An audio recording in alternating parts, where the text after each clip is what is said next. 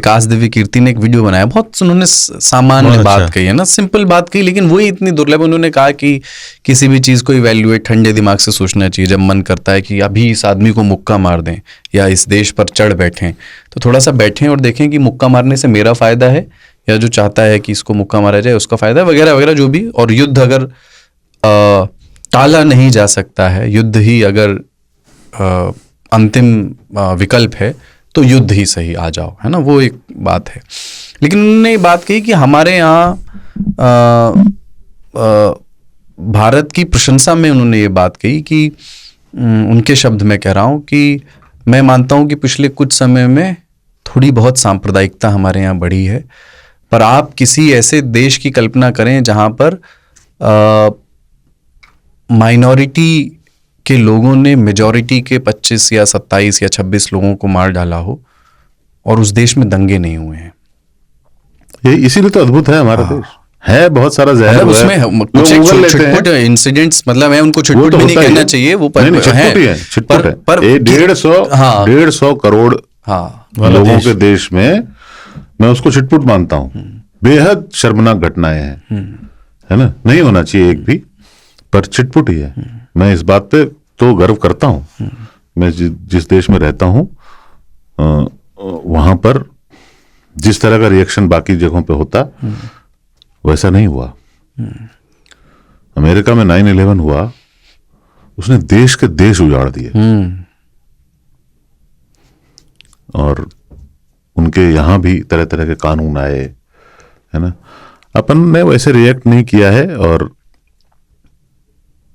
Public को वैसे react करना भी नहीं चाहिए, क्योंकि अब ये तो स्टेट का काम है, और स्टेट डिसाइड कर रही है कि कैसे करना है, इसका बदला कैसे लेना है। और एक एलिमेंट ऑफ सरप्राइज होता है, वो आप आज करो कल करो नहीं हो सकता, मतलब वो आप इस तरह के छोटी मोटी प्रैक्टिकल चीजें हैं। सबसे बड़ा सरप्राइज तो ये है कि अटैक ही ना करो वापस। दुश्मन एक्सपेक्ट कर रहा हो कि डरा के रखो सिर्फ कि हम पे अटैक करेगा और ना करो, तो भयंकर तकलीफ में गुजरेगा वो। आज तो नहीं हो जाएगा। आप क्या करोगे? आप मिसाइल दाग दोगे, तो आपको फिर ये देखना पड़ेगा कि उसके बाद क्या वो भी मिसाइल दागेगा। वो 2 दागेगा तो आप 4 दाग दोगे, फिर वो 8 दाग देगा, फिर आप 16 दाग दोगे, फिर एयरफोर्स इन्वॉल्व हो जाएगी, फिर नेवी इन्वॉल्व हो जाएगी, युद्ध शुरू हो जाएगा। क्या होगा? बहुत सारे लोग मरेंगे, उधर भी इधर भी। आप अभी तो चिल्ला रहे हो, जब बॉडी बैग्स आने शुरू होते हैं, हाँ, दिल दहल जाता है, और कॉफिन गांव-गांव में पहुंचने लगता है, तो फिर तकलीफ होने लगती है बहुत। कुछ लोग बेचैन भी हो जाते हैं कि साला ये खत्म क्यों नहीं हो रहा है। आप 100 मिसाइल दागेगा कोई, तो आप उसमें से 90 इंटरसेप्ट कर लोगे, 10 गिर जाएगा, 10 में से 2 रहायशी आबादी में गिर जाएगा। फिर बिल्डिंगों से जब लोगों को निकालोगे, तो जो टीवी पे देख रहे होंगे वो तो खाली दुखी हो जाएंगे और कहेंगे और मारो और मारो, पर जिनके घर के मरेंगे उनको बड़ी तकलीफ होगी, और उनको लगेगा कि ये सब क्यों हो रहा है। ये सब भी, मैं ये नहीं कह रहा हूं कि ये सब नहीं होना चाहिए, जो होना है वो होना है, पर ये बता रहा हूं कि ये सब होगा, और ये सब बहुत अच्छे दृश्य नहीं होते। इसीलिए कुत्ते ने आपको काटा है, आप कुत्ते को मत काटो। रैबिड है, आप पहले दूर से इंजेक्शन लो 14 पेट में, या आजकल जहां भी लगता है। और कुत्ते के काटने का बदला कुत्ते को काटना नहीं है, कुत्ते को निपटा देना है। वही तो उसके लिए कुत्ते को आपकी रेंज में आना चाहिए, आ जाएगा, निपटा देना। अरे ये कन्वेंशनल वॉरफेयर, जो वॉरफेयर भी इतना बदल गया ना नए दौर में। अब मतलब ये लड़ रहे हैं रूस यूक्रेन, उनका हाल पूरी दुनिया देख रही है कि कैसे भैया सबके एलाइज हैं और सबको कोई ना कोई मदद पहुंचा रहा है।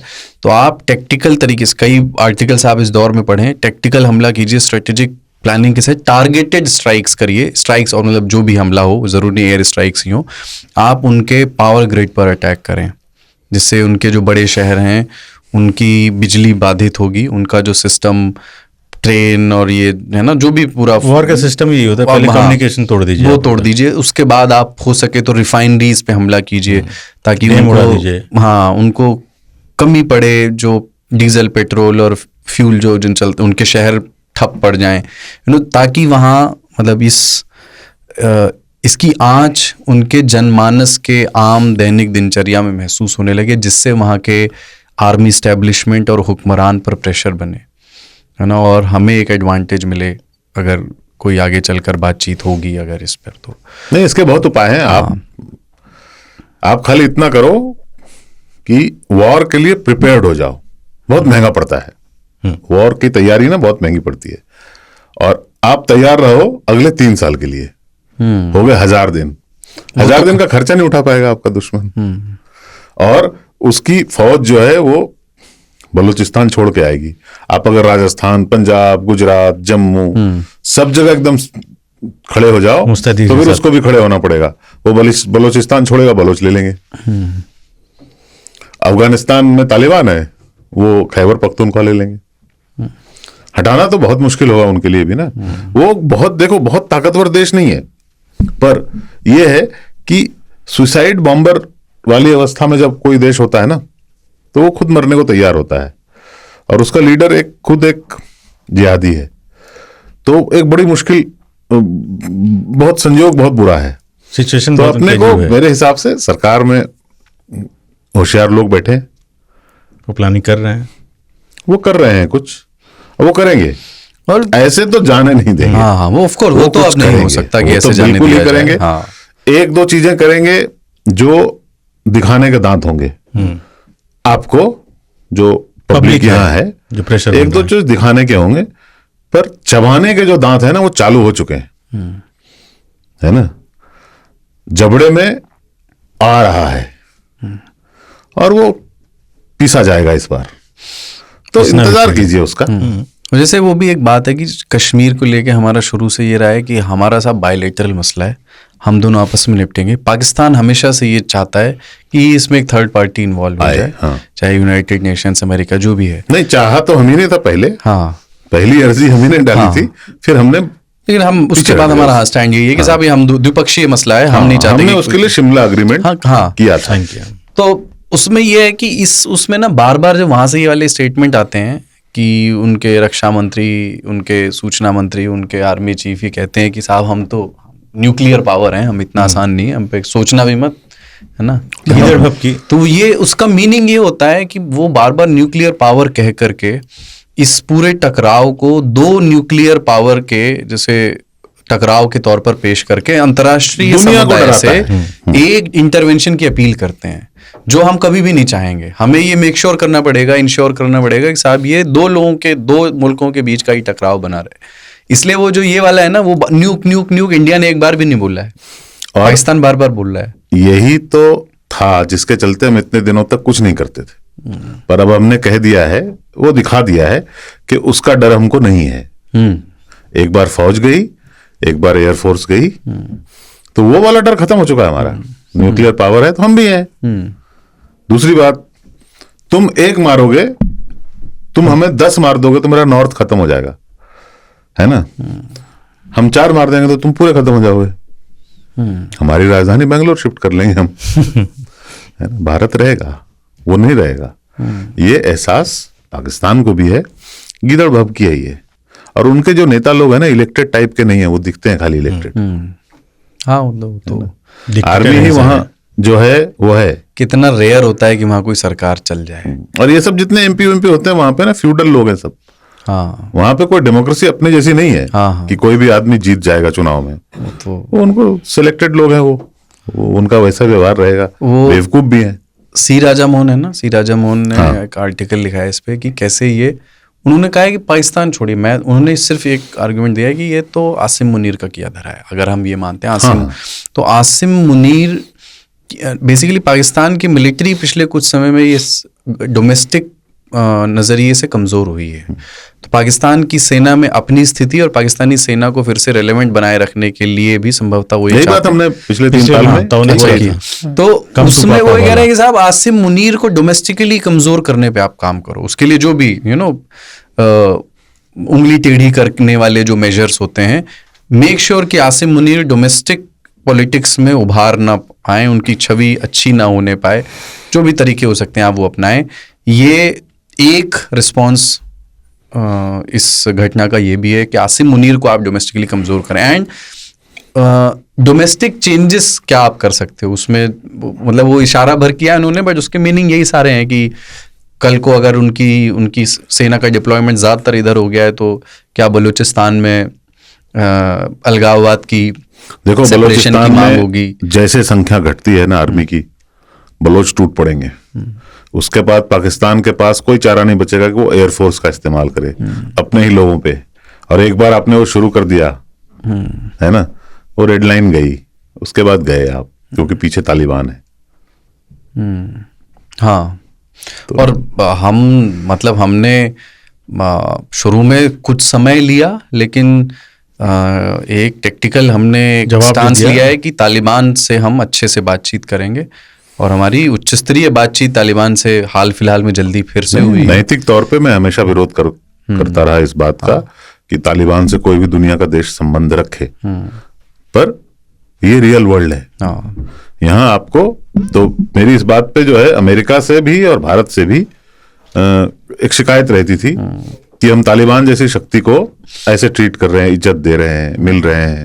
उन्होंने हमारे प्लेन को हाईजैक करने में मदद की थी, है ना, लेकिन अपन क्या उसको पकड़ के जिंदा रहेंगे? नहीं, हमने कहा नहीं, अब वो पावर में है वहां पे, अपने को ऐसे संबंध रखने कि उसका वेस्टर्न फ्रंट जो है ना कंफर्टेबल ना हो जाए पाकिस्तान के लिए। अमेरिका ने देखो छोड़ के चले गए थे, वापस आ गए काबुल, अपनी एम्बेसी बना ली, एक भाड़े पे शायद सुना है एयर स्ट्रिप भी ले लिया है अमेरिका ने अफगानिस्तान में, क्योंकि उसको ईरान और अदर चीजें भी देखनी पड़ती है ना, आपको रखना पड़ेगा कुछ ना कुछ। तो उस हिसाब से अगर हम देखें तो दूसरी बात, ये पब्लिक के डिसाइड करने की चीज नहीं है। जोश में आके जो बोल दे रहे हैं ये वॉर, आपने बोलो ना, सोशल मीडिया पे बोलो। हाँ, मतलब वो चलता रहे, ये चलता रहे, बैंटर तो चलेगा ही, उसको आप रोक नहीं सकते। बैंटर नहीं, मतलब सीरियसली भी कुछ लोग बोल रहे हैं तो ठीक है, आपका अधिकार है, इसमें कुछ गलत नहीं है। अपनी सेना जो है अभी, मतलब हमारी सारी सुरक्षा एजेंसियां उन लोगों को पहले ढूंढ रही हैं जो जंगलों में छुपे हैं, जो पीर पंजाल के घने जंगलों में, पेड़ों में, गुफाओं में वॉक कर रहे हैं, चल रहे हैं, छुप रहे हैं। पहला तो वो है, एक जिम्मेदारी उधर है। दूसरी जिम्मेदारी है कि चीन के साथ अभी आपके संबंध नॉर्मलाइज नहीं हुए पूरी तरह से, तो आप उनके बारे में श्योर नहीं हो, तो वहां से भी आप कुछ हटा नहीं सकते। आपका सिचुएशन बहुत आइडियल नहीं है अभी, और बांग्लादेश के साथ आपके संबंध खराब हैं, है ना, तो बहुत आइडियल सिचुएशन में आप नहीं हो। पर मैं ये मानता हूं कि पूरा देश इस मामले में एक है। पॉलिटिक्स अपनी जगह है, पर आंतरिक तौर पर हाईएस्ट लेवल में ये एग्रीमेंट है कि जो भी गवर्नमेंट पावर में है वो आइडियल स्टेप्स चुने और एक्ट करे। एक अच्छी चीज सर्वदलीय बैठक के बाद देखिए, और उसके बाद एक आध इसमें फिसल पट्टी वाले बयान और वो भी हुए जो वो फोटो डाल रही है, लेकिन सर्वदलीय बैठक के बाद जैसे गृह मंत्री से ये कहा गया ना कि आप चूक मानिए साहब, और उन्होंने कहा, फिर किरण रिजिजू बाहर आए और उन्होंने चूक शब्द का इस्तेमाल किया। उन्होंने कहा चूक नहीं हुई थी तो हम यहाँ बैठ के थोड़ी बात कर रहे थे, एक्सेप्ट किया। वही तो जनरली लोग कहते नहीं, इस गवर्नमेंट में एक्सेप्टेंस नहीं होता गलती का, चूक को एक्सेप्ट किया। उसके बाद आप उमर अब्दुल्ला, असदुद्दीन ओवैसी, विपक्ष के, इनसे नेशनलिस्ट बयान, तो असदुद्दीन ओवैसी से नेशनलिस्ट बयान तो कोई दे ही नहीं रहा। अरे बीजेपी वाले नहीं दे पा रहे हैं उस तरह का बयान। और ये इतनी, मतलब एक बाहरी खतरा, कैसे दो ध्रुवों को मैंने देखा कि बिल्कुल ultra right wing social media के हैंडल्स असदुद्दीन ओवैसी के बयान शेयर कर रहे हैं।